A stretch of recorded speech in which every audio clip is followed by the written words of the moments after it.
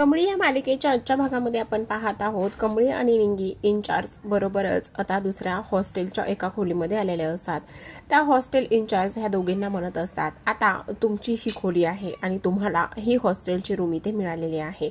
पाहायला गेलं तर आता कमळीचं विशेष काही म्हणणं नसतं, पण निंगी म्हणत असते, बाई बाई बाई बाई बाई कुठे ती रूम आणि कुठे ही रूम, अगं इथं काय नुसती भिताडच आहे तर, अगं तिथं बेड गाद्या एवढं सगळी सोय सुविधा आणि आपण इथे राहणार आहोत आता। तेव्हाच कमळी तिला म्हणत असते, हे बघ निंगी शांत हो।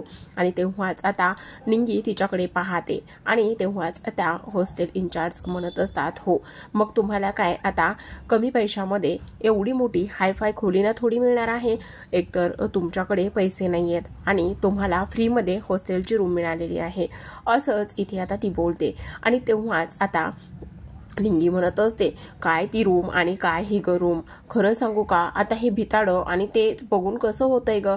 तेव्हाच कमळी तिला म्हणत असते, हे बघ निंगे, आतापर्यंत तर आपण बाकडावर झोपत होतो, मग त्यापेक्षा आता कमीत कमी इथे डोक्यावर छप्पर तरी आहे ना। आणि हे बघ माझे आबा नेहमीच म्हणतात की घराला घरपण कधी येते, फक्त भिताडा नसून तिथे माणसं राहतात आणि त्या माणसामुळे इथे घराला घरपण येतं। आणि आपण इथे मुंबईसारख्या शहरामध्ये आलेलो आहोत, आपल्या ह्या खोलीचं आणि त्याचबरोबर मोठ्या बेडचं त्याचं काय करायचं आहे, आपलं सपान मोठं आहे की नाही, असंच ती म्हणत असते। आणि तेव्हाच आता निंगी म्हणत असते, ठीक आहे मग आता हेच आपलं मुंबईचं मोठं आलिशान घर किंवा रूम, असंच ती म्हणते। आणि तेव्हाच आता कमळी म्हणत असते, ठीक आहे बघ आता ह्या भिंतीसुद्धा कशा चकाचक करूयात आपण। तेव्हाच निंगी म्हणते, पण मला लय झोप आली बाई, मी काय नाही करू लागणार। असं म्हणूनच आता कमळी म्हणत असते, आपण मुंबईमध्ये कशासाठी आलेलो आहोत, शिक्षणासाठी आलेलो आहोत, मग आपण काय करायला हवं। तर इकडे दुसऱ्या बाजूला अनिका खूप जास्त चिडचिड करत असते, तिला प्रचंड राग येत असतो। आणि ती मुलगी आतापर्यंत गावामध्ये तिने मला टफ दिली, त्यासोबत सर्वात महत्त्वाची गोष्ट आता ती माझ्या कॉलेजमध्ये आली, कॉलेजमध्ये येऊन तिला आता ॲडमिशन सुद्धा आजीने मिळवून दिली, उद्या ती माझ्या क्लासमध्ये माझ्या बेंचच्या बाजूला असणार आहे। तेव्हाच कामिनी तिला समजवते, ती म्हणत असते, हे बघ तुझ्या एक गोष्ट लक्षात येते का अनिका। तेव्हा अनिका म्हणते, मला काहीच ऐकायचं नाही, त्यापेक्षा मी मेलेलीच बरी। आणि तेव्हाच आता कामिनी म्हणते, बाई बाई बाई बाई काय बोलायला लागली ही पोरगी आहे का आता। आणि हे बघ अजिबातच असं तू करू नकोस, मी नेहमीच एक गोष्ट म्हणते, आता तुझी आजी माझा किती राग करते, पण मी काही मनावर घेते का, मी कधी म्हणते का की मी हे घर सोडून जाणार आहे वगैरे, मी तसलं काहीच म्हणत नाही। त्यामुळे तू सुद्धा अजिबातच तशा गोष्टी इथे विचारात घेऊ नकोस, कारण कितीही नाही म्हटलं तरी सुद्धा दुश्मनाशी इथे त्याला धडा शिकवायचं असेल किंवा दुश्मनाला चार हाताशी करायचं असेल तर दुश्मन हा आपल्या सतत नजरेसमोर असला पाहिजे, म्हणजेच तो काय करतो आणि काय नाही हे सगळं काही आपल्याला त्याच्या बारीक हालचालीवर नजर ठेवता येतो। आणि तेव्हाच आता अनिकाला हे म्हणणं पटलेलं असतं। आणि अनिकाला म्हणणं पटल्याच्या नंतर कामिनी म्हणते, मग पटलं ना तुला माझं म्हणणं, मग एक गोष्ट लक्षात ठेव, आता ती अनिका जी आहे कमळी जी आहे ती तुझ्या नजरेसमोर राहील तर मग तिला त्रास देता येईल। आता बघ असं आपण तिला सगळ्या मिळून त्रास देऊ की ती एक दिवस आता तुझ्याकडे आली पाहिजे आणि म्हटली पाहिजे, अनिका मॅम सॉरी माझं चुकलं, मला माफ करा, मी असं करायला नको होतं। आणि हात जोडूनच ती तुझ्यासमोर नाक घसरेल आणि हे सगळं काही लवकरच होईल, तू अजिबात काळजी करू नको, पण थोडासा धीर धर। हे बघ दुश्मन आपल्या समोर आणि नजरेसमोर असेल तर सगळं व्यवस्थित होतं। आणि तेव्हाच अनिका थोडीशी शांत होते आणि कामिनीने तिला समजावल्यामुळे ती म्हणत असते, मग आता अनिकाचा राग गेला आहे ना, चल बरं पटकन खाऊन घे आणि मी तुला भरवू का, असं म्हटल्याच्या नंतर अनिका आता खायला तयार झालेली असते। आणि इथे कामिनीची जी इच्छा असते किंवा कामिनीला तिला समजावण्याचं जे काही आहे ते सुद्धा इथे व्यवस्थित तिने समजून झालेलं असतं। शेवटी काय तर आता जरी कमळी त्या कॉलेजमध्ये गेलेली असली तरी सुद्धा इकडे आता दुसऱ्या बाजूला दुसऱ्या दिवशी हॉस्टेल आणि कॉलेज थोडंसं बाजूबाजूलाच असतं आणि दुसऱ्या दिवशी आता त्यांचाच कॉलेजचा पहिला दिवस असतो आणि त्यामुळेच आता त्या दोघी कॉलेजमध्ये आल्यावर हातात हात घालून उभ्या असतात. कमळी आणि निंगी एकमेकींना म्हणत असतात, खरं सांगायचं गावाकडे शाळा कॉलेज म्हटलं तर किती मजा यायची ना. शाळेत जाताना हे एक धूम ठोकायची आणि वर्गातच जाऊन बसायचं. आणि तेव्हाच निंगी म्हणत असते, मग काय बघतेस कमळे, ठोकायची का एकच धूम इथं सुद्धा. आणि तेव्हा वाट कसली बघायची बरं मग कमळे, चल ना. असं म्हणूनच आता दोघी हातामध्ये हात घेतात आणि अगदीच शाळेमध्ये जाण्यासाठी जशी धूम ठोकायच्या ना तशी इथे सुद्धा हातात हात घेऊनच ह्या कॉलेजमध्ये त्या अगदीच धूम ठोकत असतात. आणि पळत जात असताना अगदीच लहान मूल आणि निरागस हे सगळं काही त्यांच्यासमोर दिसत असतं. आता कॉलेजच्या एंट्रन्समध्ये गेल्याबरोबरच पाहतात तर समोर सरस्वतीचा फोटो असतो आणि सरस्वतीचा फोटो पाहिल्याबरोबरच कमळी आणि निंगीला राहवत नाही आणि कमळी आणि निंगीला न राहवल्यामुळे शेवटी त्या सरस्वतीच्या फोटोसमोर जाऊन उभ्या राहतात. तसं पाहायला गेलं तर कॉलेज हे खूपच मोठं भव्य दिव्य आणि खूप छान निसर्गरम्य वातावरणात आहे आणि त्यामुळे इथलं वातावरण सुद्धा त्यांना खूप जास्त आवडलेलं असतं.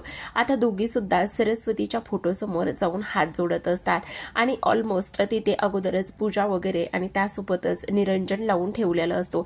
आता कमळी तिथे असलेलं हळदी कुंकू घेते आणि सरस्वती लावून स्वतः सुद्धा लावत असते आणि त्याचबरोबर आता पूजा झाल्याच्या नंतर दोघी सुद्धा सरस्वती मातेसमोर हात जोडतात आणि सरस्वती समोर हात जोडल्याच्या नंतर आता त्या एक श्लोक म्हणतात, जो की श्लोक असतो, या कुंदे नदतुषहार धवला. आणि हा श्लोक त्या पूर्णतः म्हणत असतात. हा श्लोक पूर्ण म्हटल्याच्या नंतर त्यांच्या पाठीमागे येऊन वॉचमॅन काका उभे राहतात आणि तेव्हा ते सुद्धा अगदीच हात जोडून पोरींनी केलेली पूजा ते पाहत असतात आणि तेव्हा कमळीने हात जोडलेले असतात आणि तेव्हाच इथे आज त्यांचा पहिला दिवस असल्या कारणाने सरस्वती मातेला ते वंदन करत असतात. काही जरी झालं तरी सुद्धा शिक्षणाचं आराध्य दैवत ते म्हणजेच की सरस्वती आणि त्यासोबतच आता ह्या सगळ्या गोष्टी एवढ्या सुंदर असतात. शाळेचा कॉलेजचा पहिला दिवस आणि तेव्हाच एवढं सगळं काही कॉलेजमध्ये आल्याबरोबरच प्रसन्न वातावरण आणि तेव्हा हात जोडल्याच्या नंतर वॉचमॅन काका त्या दोघींना म्हणत असतात की हे बघा पोरींनो, आता उद्यापासून तुम्ही कॉलेजमध्ये यायच्या अगोदरच मी सगळी काही तयारी इथे करून ठेवत जाईल, म्हणजे तुम्ही आल्याबरोबरच पूजा करत जा. तेव्हाच कमळी आणि निंगी हो म्हणत असतात. ते म्हणत असतात की आज तुम्ही पूजा केली आणि खरंच मन अगदीच प्रसन्न झालेलं आहे. असं म्हणूनच तिघे सुद्धा पुन्हा एकदा सरस्वती मातेला हात जोडूनच नमस्कार करत असतात आणि आज कमळी म्हणत असते, हो आज काका आमचा ह्या कॉलेजमधला पहिलाच दिवस आहे. आणि आता इकडे क्लासरूममध्ये दोघी सुद्धा जायला निघालेल्या असतात. इकडे कमळीचा जो क्लास असतो तो क्लास आता अगदीच मुलांनी गच्च भरलेला असतो. कमळी आणि निंगी याच क्लासमध्ये येणार असतात. जेव्हाच कमळी आणि निंगी ह्या क्लासमध्ये येतात तेव्हाच आता सगळेजण त्या दोघींकडे पाहतच असतात, कारण आता हा जो काही कॉलेजचा एरिया आहे किंवा कॉलेजमध्ये ॲडमिशनची जी मुलं आहेत ती अगदीच स्टँडर्ड एरियामधली आहेत आणि त्यांचं राहणीमान त्यासोबत बऱ्याच काही गोष्टी मॅटर करत असतात. कमळी आणि निंगी जाऊन त्यांच्या जागेवर बसतात. त्यांनी खरं तर आता सोबतच कुंकू आणलेलं असतं. ते कुंकू ओलं करतात आणि जेव्हाच पहिला दिवस असतो बेंचवर बसण्याचा आणि त्याचबरोबर क्लासमधला, म्हणूनच बेंचवरती अगदीच त्या स्वस्तिक काढत असतात आणि स्वस्तिक काढल्याच्या नंतर फुलं ठेवतात आणि फुलं ठेवल्याच्या नंतर त्या नमस्कार करत असतात. हात जोडूनच नमस्कार करतात आणि निंगी म्हणत असते, माझ्या कमळीला ना खूप खूप मोठी शक्ती दे आणि तिला खूप अभ्यास करण्याची ताकद दे आणि तेव्हाच ती खूप मोठ्या मार्काने पास होईल, असंच आता ती म्हणत असते. आणि तेव्हाच ती तिच्याकडे पाहत असते. आता इथे कमळी म्हणत असते, अगं काय हे काय अगं मला माहिती आहे मी तर कॉपी करूनच पास होणार आहे. आणि तेव्हाच त्यांच्या बाजूला बसणारा मुलगा म्हणत असतो, हे तुम्ही कोण आहात आणि इथे काय करताय आणि नवीन ॲडमिशन आणि ह्यांना कोणी ॲडमिशन दिलं, असं म्हणूनच आता तो त्यांच्यावर हसत असतो. तेव्हाच निंगी त्याच्याकडे बघून म्हणत असते, एक्सक्यूज मी, काय चाललंय तुझं. आणि अगदीच तोडके मोडके येणारे जे काही इंग्लिशचे वर्ड्स असतात ती इथे निंगी बोलत असते आणि अख्खा क्लास त्यांच्यावर हसायला लागत असतो. आता इकडे त्या दोघी बसलेल्या असतानाच त्यांच्यासमोर एक न्यू ॲडमिशनचा मुलगा येऊन उभा राहत असतो आणि तेव्हाच तो आल्याबरोबरच ह्या दोघींना नमस्कार करतो. नमस्कार, मी शंभू मोहिते आणि मी रत्नागिरीहून आलेला आहे आणि माझं न्यू ॲडमिशन आहे आणि तुम्ही सुद्धा नवीन का. तेव्हाच त्या दोघी म्हणत असतात, हो मी कमळी. आणि तेव्हा ती म्हणत असते, मी निंगी निलांबरी आणि आमचं सुद्धा नवीनच ॲडमिशन आहे. तेव्हाच कमळी म्हणत असते, ओ दादा तुम्हाला माहिती का पुढचा क्लास कुठला आहे तर. आणि तेव्हाच तो म्हणतो, हो इंग्लिशचा आहे, पण तुम्हाला एक गोष्ट सांगू का, इथे ह्या सगळ्या जे स्टुडंट आहेत ना त्यांच्या बोलण्यावरती तुम्ही अजिबातच लक्ष देऊ नका, बिंदास राहा. आणि त्यावर सगळ्यात महत्त्वाचं म्हणजेच की आता क्लास संपला का आपण नक्की नंतरच भेटूया. आणि मी जी गोष्ट सांगितली ना ती गोष्ट तुम्ही विसरू नका. अजिबातच आजूबाजूच्या लोकांवरती, आजूबाजूच्या मुलामुलीवरती कसलंच लक्ष देऊ नका, असंच तो इथे म्हणत असतो. आणि म्हणतो आपण क्लास संपल्यावर भेटूयात, असं म्हणूनच तो त्याच्या जागेवर जाऊन बसतो. आता इकडे ह्या वाटच बघत असतात, कधी एकदाचे सर क्लासमध्ये येत आहेत आणि कधी इथे शिकवणीला सुरुवात होते. तेव्हाच इथे आता अनिका आणि तिच्या मैत्रिणीची एंट्री झालेली असते. अनिका आणि तिच्या मैत्रिणीची एंट्री झाल्याबरोबरच इथे ती समोर कमळी आणि निंगीला पाहते आणि म्हणत असते, हे गाईज, मी म्हटलं होतं ना बाहेर ती पूजा आणि त्यासोबत हळदी कुंकू वाटेवर जे काही आहे ते कोणी ठेवलं असेल तर ह्या गावछापने ठेवलं आहे. आणि सगळ्यात महत्त्वाचं म्हणजेच की बघ बघ बघ, ह्या बेंचवर सुद्धा अगदीच डिझाईन वगैरे केलेली आहे आणि पहिलाच दिवस आहे आणि शाळेचा आणि अशी बेंचवर डिझाईन केलेली आहे, असं ती तिच्याकडे म्हणजेच कमळी आणि निंगीकडे बघूनच म्हणत असते. पण निंगी कुठे गप्प बसते, ती म्हणत असते, निंगी म्हणत असते, बघा बघा बघा, कॉलेजची मालकीण आहे आणि हिला स्वस्तिक म्हणजे काय आहे आणि ते सुद्धा हिला माहिती नाहीये आणि काय तर म्हणे डिझाईन काढली.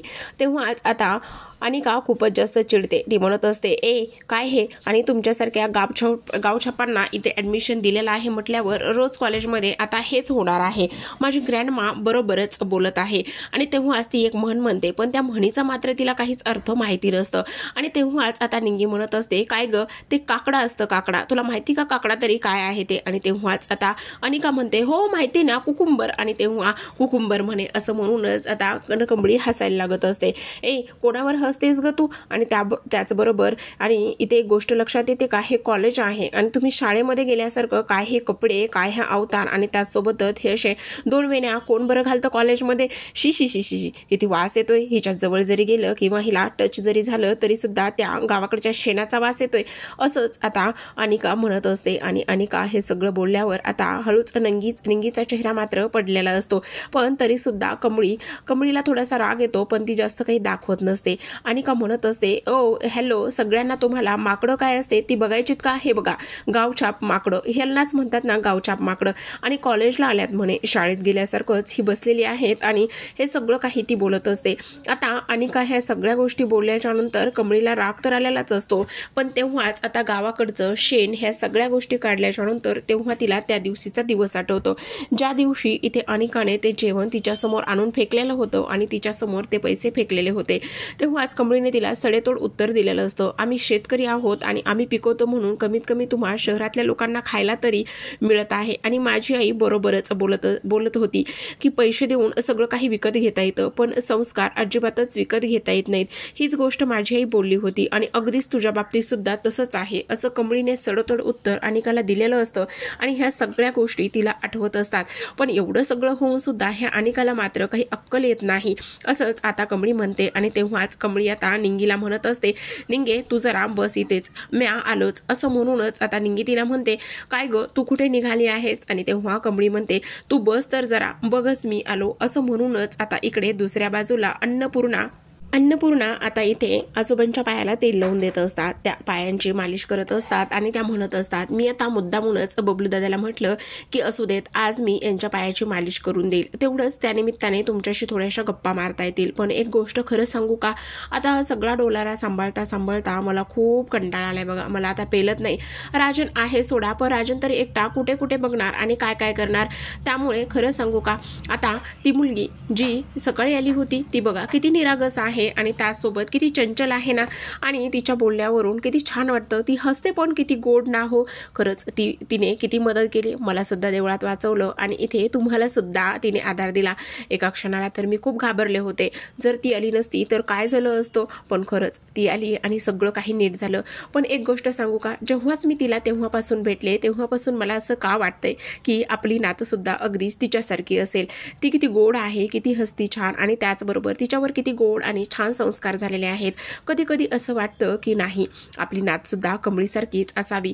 हे सगळं काही अन्नपूर्णा आता इथे त्यांना बोलत असते आणि त्याच्याच पडद्याआड मात्र इथे रागिनी सगळं काही त्यांचं बोलणं ऐकत असते. हे आजोबांना दिसून आलेलं असतं की तिथे कोणीतरी आहे आणि ते ऐकते आणि म्हणूनच ते खाणाखुणा करत असतात. अन्नपूर्णा म्हणत असतात, एकदा का आपली नात आली ना तर मग तुम्ही सुद्धा लवकरच बरे व्हाल आणि तुम्ही एकदा बरे झालात की मग मी तुम्हा दोघांना सोडून कुठेच जाणार नाही, असंच ती बोलते. आणि तेव्हाच आजोबा खूप जास्त तोंड वाकडं तिकडं करत असतात, कारण त्यांना ती प्रतिमा तिथे उभी असलेली दिसलेली असते. तेव्हाच अन्नपूर्णा म्हणत असतात, काय झाले, तुम्ही असे काय होत आहे, तुम्हाला काही त्रास होतोय का? पण इकडे ते खानाखुणा करतात, पण अन्नपूर्णाला काहीच कळत नाही. ती म्हणत असते, तुम्हाला सुद्धा असंच वाटतंय ना की आपली नात लवकरच भेटेल, आणि मला कळतंय हो तुम्हाला किती त्रास होतोय, आणि त्यासोबतच तुम्हाला सुद्धा ते सगळे दिवस आठवल्याच्या नंतर तुम्हाला सुद्धा असं वाटतंय की आपली सुद्धा नात लवकरच यावी आणि तिने आपल्या आयुष्यामध्ये लवकरच भेटावं, हो की नाही? पण तुम्ही काळजी करू नका. मी जेव्हापासून इथे कमळीला भेटलेली आहे ना तेव्हापासून तर माझी जी आशा आहे ती आणखीनच वाढलेली आहे. विश्वास सुद्धा माझा खूप जास्त वाढलेला आहे. तर इकडे दुसऱ्या बाजूला ज्या पद्धतीने अनिकाने इथे कमळी आणि निंगीचा अपमान केलेला असतो त्याचाच बदला घेण्यासाठी कमळी निंगीला म्हणत असते, थांब कमळे, थांब निंगे, मी 2च मिनिटात आलो, असं म्हणूनच ती उठलेली असते. कमळी आता तिच्या जाग्यावरून उठते आणि तिच्या जाग्यावरून उठल्याबरोबरच अनिका ज्या बेंचवर बसलेली असते तिथे त्या बेंचवर जाऊन बसते, मुद्दामूनच बसलेली असते. आणि आता अनिका पलीकडे सरकते तर कमळी अजूनच तिच्या जवळ जाते. अनिका पुन्हा पलीकडे सरकते तर कमळी अजूनच जवळ जाते आणि तेव्हाच ती म्हणत असते, हे यू. आणि तेव्हाच कमळी म्हणत असते, काय काय बोललो होतो मी, तुला आठवतंय? तुझ्याच कॉलेजमध्ये, तुझ्याच क्लासमध्ये आणि तुझ्याच बेंचवर बसून दाखवेन, तेव्हाच नाव लावेल कमळी.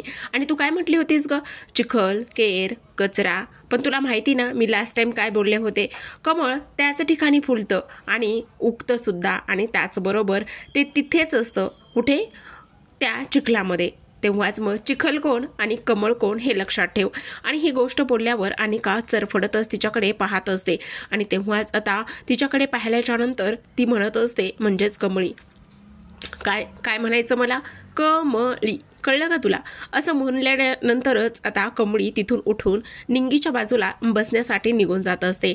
पण आता अनिकाचा पारा मात्र खूप चढलेला असतो.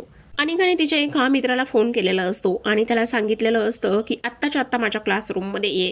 ही जी कमळी आहे ना ती इथेच माझ्याच बाजूला बसलेली आहे आणि तिने माझ्याशी पंगा घेतलेला आहे, त्यामुळे तू आत्ताच्या आत्ता माझ्या क्लासरूममध्ये यायचं आहेस. आणि तेव्हाच तिला कळेल की अनिका काय चीज आहे. तर इकडे दुसऱ्या बाजूला आता रागिनी इथे अगदीच लाडात गोडात आणि रडतच आलेली असते. आणि तिची समजूत काढण्यासाठी किंवा तिचे नखरे झेलण्यासाठी कामिनी तिच्या पाठोपाठच तिची चुगली करायला किंवा तिची वकिली करायला आलेली असते.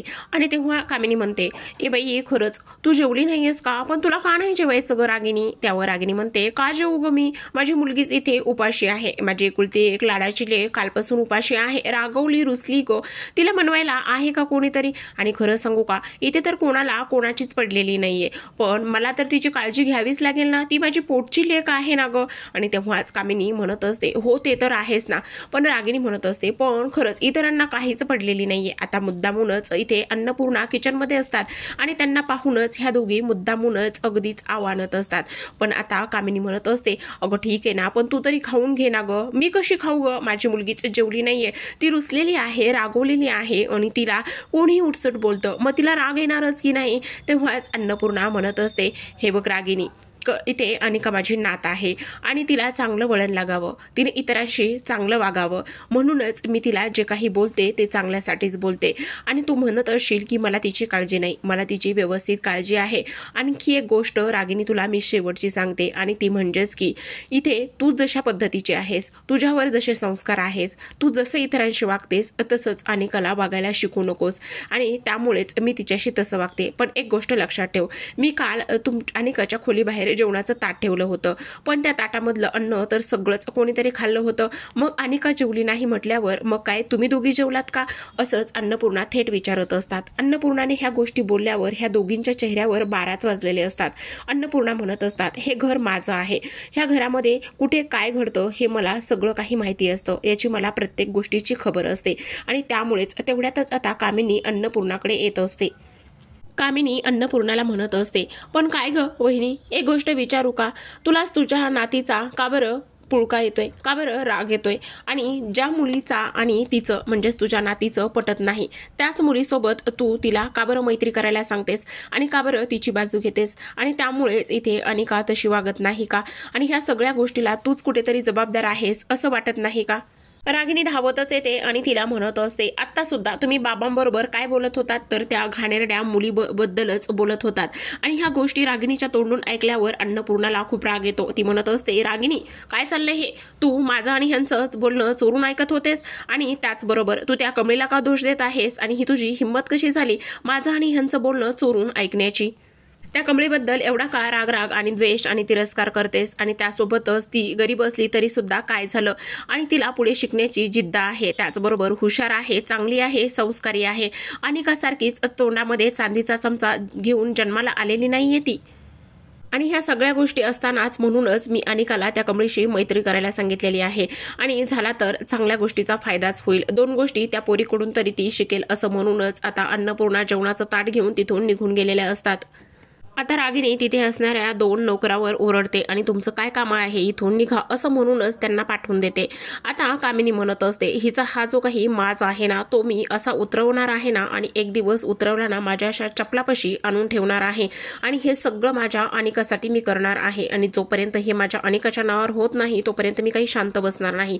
आणि तू रागराग करून काहीच उपयोग नाही, रागराग केलास तर सगळ्यात जास्त त्रास तुला होईल आणि तुझ्याच हाताला इजा होईल असंच कामिनी इथे म्हणत असते. तर प्रेक्षकांनो, अशाच नवनवीन मालिकांचे अपडेट्स जाणून घ्यायचे असतील तर चॅनलला सबस्क्राईब करा. धन्यवाद.